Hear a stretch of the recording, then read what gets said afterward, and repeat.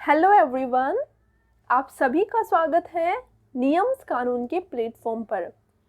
आज के सेशन में हम जानेंगे कि कई सारे ऐसे केसेस होते हैं जहां पे एफआईआर रजिस्टर नहीं होती है, और अगर एफआईआर रजिस्टर हो भी जाती है तो जो आगे की प्रोसीडिंग्स है वो नहीं चलती है। तो अब ऐसी सिचुएशन में वो कॉमन मैन जो इतनी उम्मीद के साथ पुलिस स्टेशन गया था, उसके पास क्या रेमेडी है, उसी चीज को हम ललिता कुमारी वर्सेस गवर्नमेंट ऑफ यूपी में समझेंगे। तो चलिए अब देखते हैं इस केस के फैक्ट्स। यहाँ पे जो ललिता कुमारी है ये एक माइनर गर्ल होती है जिनको किडनैप कर लिया जाता है। अब इनके जो पापा होते हैं वो जाते हैं पुलिस स्टेशन में इसी चीज़ की कंप्लेन करने के लिए, लेकिन जो पुलिस स्टेशन में ऑफिसर इंचार्ज रहते हैं वो मना कर देते हैं इनकी एफआईआर रजिस्टर करने से। तो अब इनके पापा पहुंचते हैं एसपी के पास। तो जो एसपी है वो ऑर्डर देते हैं और उस ऑर्डर से पुलिस स्टेशन है वो उनकी एफआईआर दर्ज कर देते हैं। अब इनके एफआईआर तो दर्ज हो जाती है, लेकिन जो आगे की प्रोसीडिंग्स होती है जिसमें इन्वेस्टिगेशन हो गया, इनकी जो बच्ची है उनको वापस लाने की प्रोसीडिंग्स हो गई, ये सब नहीं होती है। तो इसी वजह से परेशान होकर के ये पहुंच जाते हैं कोर्ट के पास, और यहाँ पे ये रिट पिटिशन के थ्रू कोर्ट के पास जाते हैं ताकि कोर्ट है वो ऑर्डर दे और इन्वेस्टिगेशन करके इनकी जो बच्ची है वो वापस इनके पास आ जाए। तो यहाँ पे कोर्ट ऑर्डर देने से पहले बहुत सारी चीज़ों को ऑब्जर्व करती है और ये सोचती है कि सिर्फ ये एक केस नहीं है, ऐसे बहुत सारे केसेस होते हैं इंडिया में जहाँ पे एफआईआर रजिस्टर नहीं होती है, और अगर एफआईआर रजिस्टर हो जाती है तो आगे की प्रोसीडिंग्स नहीं चलती है।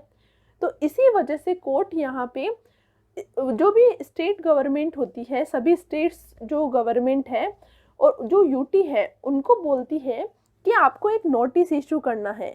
और नोटिस इशू किनको करना है? जो भी पुलिस स्टेशंस हैं उनको नोटिस इशू करना है।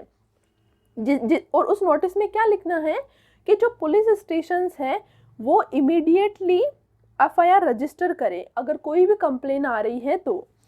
सेकंड बात, अगर पुलिस स्टेशंस जो अगर एफआईआर रजिस्टर नहीं कर रहे हैं और अगर एफआईआर रजिस्टर करने के बाद में आगे की प्रोसीडिंग्स नहीं चला रहे हैं, तो ऐसे सिचुएशन में वो जो पर्सन है उसके पास एक रेमेडी होती है कि वो मजिस्ट्रेट के पास जा सकता है 156 क्लोज 3 के अंडर में। और यहाँ पे जो मजिस्ट्रेट है वो ऑर्डर देंगी और उस ऑर्डर के थ्रू एफआईआर भी रजिस्टर होगी, और एफआईआर रजिस्टर होने के बाद में जो इन्वेस्टिगेशंस है वो चलेगी। अब बात आती है कि अगर मजिस्ट्रेट का भी ऑफिसर इंचार्ज है वो कहना नहीं माने तो ऐसे सिचुएशन में क्या किया जा सकता है। तो ऐसे सिचुएशन में जो मजिस्ट्रेट है वो कंटेम्प्ट प्रोसीडिंग्स चला सकते हैं ऑफिसर इंचार्ज के खिलाफ, जिसमें उनको इम्प्रिजनमेंट भी हो सकती है। इसके साथ साथ में ऑफिसर इंचार्ज है उनके खिलाफ जो डिपार्टमेंटल प्रोसीडिंग्स है वो भी चल सकती है, जिसमें उनको सस्पेंड भी किया जा सकता है। अब इसी नोटिस का रिप्लाई करने के लिए कोर्ट यहाँ पे 3 वीक्स का टाइम देती है सभी स्टेट्स और यूटी को। अब यहाँ पे होता क्या है कि जो स्टेट्स हैं, यूटी है, वो सब इस 3 वीक्स के टाइम को फुलफिल नहीं करते हैं और कोई भी रिप्लाई नहीं देते हैं, जिस वजह से डिसअपॉइंट होकर के कोर्ट 2008 के जुलाई में वापस ऑर्डर देती है और ये बोलती है कि आपको 2 मोर वीक्स दिए जा रहे हैं और इस 2 मोर वीक्स के अंदर आपके पास लास्ट चांस है कि आपको रिप्लाई देना है। अब होता क्या है कि जो स्टेट्स हैं वो रिप्लाई देते हैं, तो जब स्टेट्स रिप्लाई देते हैं उसी की वजह से फिर 2013 का ऑर्डर आता है। तो यहाँ पे क्या होते हैं कि जो स्टेट्स हैं वो अपने व्यूज़ में डाइवर्जेंट होते हैं। कुछ स्टेट्स बोलते हैं कि जो एफआईआर है वो जो पहले केसेस में बोला गया था कि एफआईआर वो इमीडिएटली रजिस्टर होनी चाहिए, जो पहले ऑर्डर में बोला गया था, उसी चीज़ को जो कुछ स्टेट्स हैं वो फेवर करते हैं और जो कुछ स्टेट्स हैं वो फेवर नहीं करते हैं। वो ये बोलते हैं कि जो एफआईआर है वो इमीडिएटली रजिस्टर नहीं होना चाहिए, क्योंकि एफआईआर के इमीडिएटली रजिस्टर होने के बाद अगर ये पता चले कि वो इन्फॉर्मेशन है वो गलत थी, तो यहाँ पे जो पर्सन है उसकी तो रेस्पेक्ट चली जाती है ना सोसाइटी में, और एक बार चली जाती है रेस्पेक्ट तो वापस नहीं आती है। सेकंड बात, वो ये बोलते हैं कि यहाँ पे एफआईआर रजिस्टर होने से वो जो पर्सन है उसकी लिबर्टी है वो डिप्राइव हो जाती है। तो अब यहाँ पे कोर्ट के पास मेन इशू रहता है कि क्या एफआईआर है उसको इमीडिएटली रजिस्टर की जानी चाहिए या फिर एफआईआर को रजिस्टर करने से पहले एक इंक्वायरी बैठी जानी चाहिए।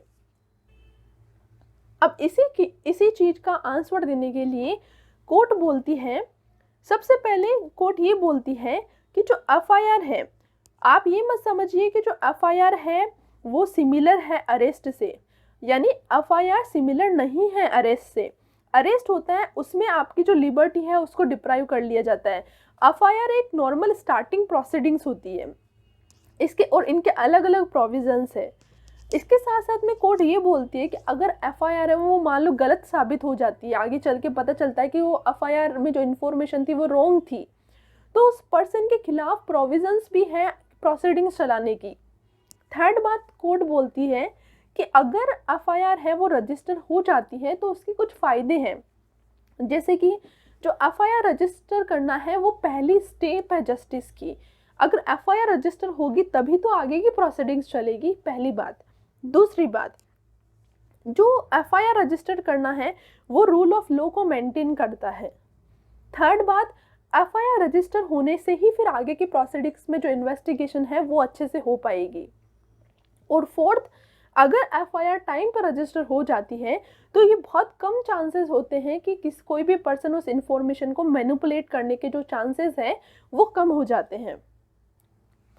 इसके साथ साथ में कोर्ट बोलती है कि अगर कोई भी ऑफेंस कॉग्निजेबल है तो उस कॉग्निजेबल ऑफेंस में तो एफआईआर रजिस्टर करना है वो मैंडेटरी होता है, जैसे कि सेक्शन 154 में दिया हुआ है। सेकेंड बात कोर्ट बोलती है कि जो ये इंक्वायरी है, इस इंक्वायरी का मतलब ये नहीं है कि जो इन्फॉर्मेशन है वो गलत है या सही है, ये चेक करना नहीं है। सिर्फ इस इंक्वायरी का मतलब इतना सही है कि जो इन्फॉर्मेशन है वो उसमें जो ऑफेंस है वो ऑफेंस कॉग्निजेबल है या नहीं है, सिर्फ इस चीज़ को सर्च करना है।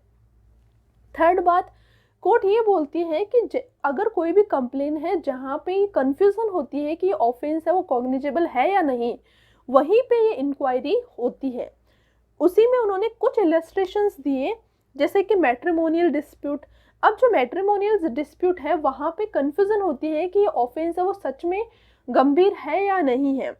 Commercial dispute, medical negligence, corruption cases और ऐसे केसेस जहाँ पे बहुत ज़्यादा डिले हुआ है, तो ऐसे सिचुएशन में क्या होगा, जो ये इंक्वायरी है वो होगी ही। ये कुछ इलस्ट्रेशंस हैं जो कोर्ट ने दिए हैं, और भी केसेस हो सकते हैं जहाँ पे इंक्वायरी हो। बस ये इंक्वायरी वहीं पर होगी जहाँ पे हमें ये देखना है कि ऑफेंस कॉग्निजेबल है या नहीं है, जहाँ पे कन्फ्यूज़न हो। इसके साथ साथ में कोर्ट ने बोला कि इस इंक्वायरी का जो टाइम है वो 7 डेज मैक्सिमम होगा, यानी 7 डेज के अंदर अंदर आपको ये इंक्वायरी करना है।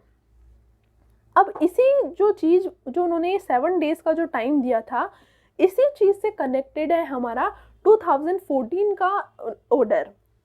तो चलिए अब इस ऑर्डर को देखते हैं। लेकिन इस ऑर्डर को देखने से पहले अगर आपको हमारे ये जो नोट्स है, ये जो नोट्स है उसमें हमने छोटे छोटे की पॉइंट्स ही लिख रखे हैं, लेकिन आपको जो प्रॉपर नोट्स है वो niyamsqanun.com अगर आप सर्च करते हैं गूगल पे तो वहाँ पे आपको प्रॉपर नोट्स मिलेंगे जिसमें अच्छे से फैक्ट्स, रेशो सब कुछ दिया हुआ है। इसके साथ साथ में आपको डिस्क्रिप्शन में टेलीग्राम चैनल का लिंक और इंस्टाग्राम का भी लिंक मिल जाएगा, तो आप उनको भी ज्वाइन कर सकते हैं ताकि आपको लेटेस्ट अपडेट है वो मिलती रहे। तो चलिए अब देखते हैं हमारा 2014 का ऑर्डर। तो 2014 के ऑर्डर में कोर्ट मॉडिफाई करती है पहले के ऑर्डर्स को, और कोर्ट ये बोलती है कि जो 7 डेज का टाइम उन्होंने पहले बोला था कि 7 डेज मैक्सिमम टाइम होगा, वो 7 डेज का टाइम एक्सीड भी हो सकता है, बढ़ भी सकता है, और बढ़ करके लास्ट ये 15 डेज हो सकता है जनरल केसेस में। लेकिन जो एक्सेप्शनल केसेस हैं वहाँ पे ये टाइम 6 वीक्स तक हो सकता है, अगर वहाँ पे एडिक्वेट रीजंस मिलते हैं तब। तो अब इस पूरे केस का एक ही कंक्लूजन है, और इस केस में हमें यही समझ आया कोई भी अगर ऑफेंस कॉग्निजेबल है तो उस कॉग्निजेबल ऑफेंस में एफआईआर रजिस्टर करना कंपलसरी होगा। और अगर कोई भी इंफॉर्मेशन से ये पता नहीं चल पा रहा कि वो ऑफेंस है वो कॉग्निजेबल है या नहीं है, तब उसी सिचुएशन में प्रीलिमिनरी इंक्वायरी है वो होगी। तो थैंक यू सो मच। उम्मीद करते हैं आपको इस कॉन्सेप्ट को आपको ये कॉन्सेप्ट समझ आया होगा। और ऐसे ही अपडेट्स के लिए बने रहिए हमारे साथ और हमारे चैनल को सब्सक्राइब कीजिए ताकि आपको लेटेस्ट अपडेट है वो मिलती रहे। Thank you.